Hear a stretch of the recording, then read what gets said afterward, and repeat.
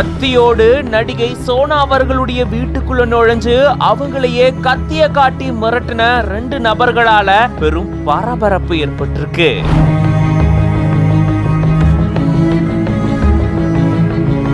பிரபல நடிகை சோனா அவர்கள் சென்னை மதுரவாயல் கிருஷ்ணா நகர் மெயின் ரோடு பகுதியில தன்னுடைய குடும்பத்தாரோட வசிச்சுட்டு வராங்க.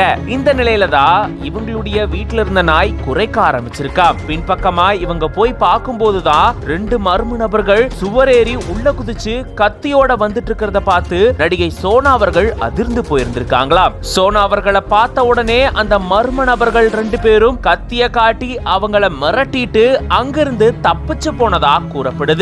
இது தொடர்பா மதுரவாயல் காவல் நிலையத்துல இவங்க புகார் தெரிவிச்சிருக்காங்க. புகாரின் அடிப்படையில போலீசார் வழக்கு பதிவு செஞ்சு விசாரணையை மேற்கொண்டுட்டு வராங்க.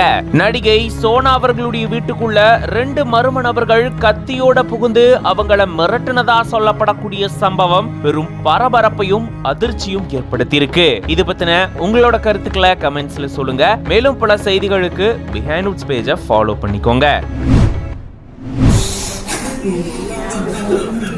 அடையாளம் தெரியுமா?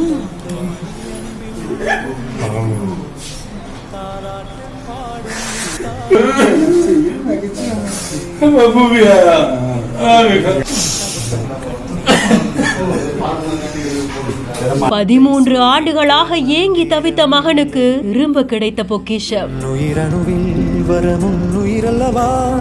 மண்ணில் வந்த நானும் நகலல்லவா, காயங்கள் கண்ட பின்பே உன்னை கண்டே.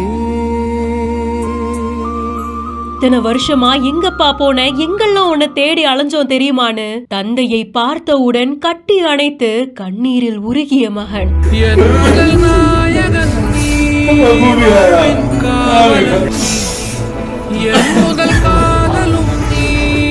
சுமார் 3000 கிலோமீட்டர் தாண்டி வந்த முன்னாள் ராணுவ கேப்டனை மகனோடு சேர்த்து வைத்த தமிழக காவல்துறை. நாங்குநேரியில நடந்த இந்த நிகழ்ச்சியான சம்பவம் பார்க்கிறவங்களையும் கண்கலங்க வச்சிருக்கு.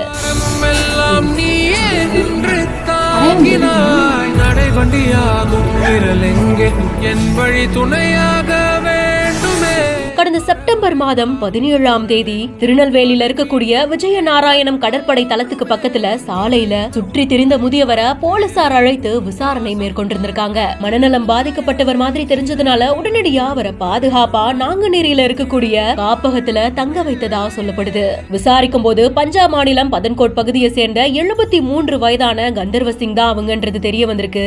ஓய்வு பெற்ற ராணுவ கேப்டனான இவங்க முதல் மனைவி இருந்தது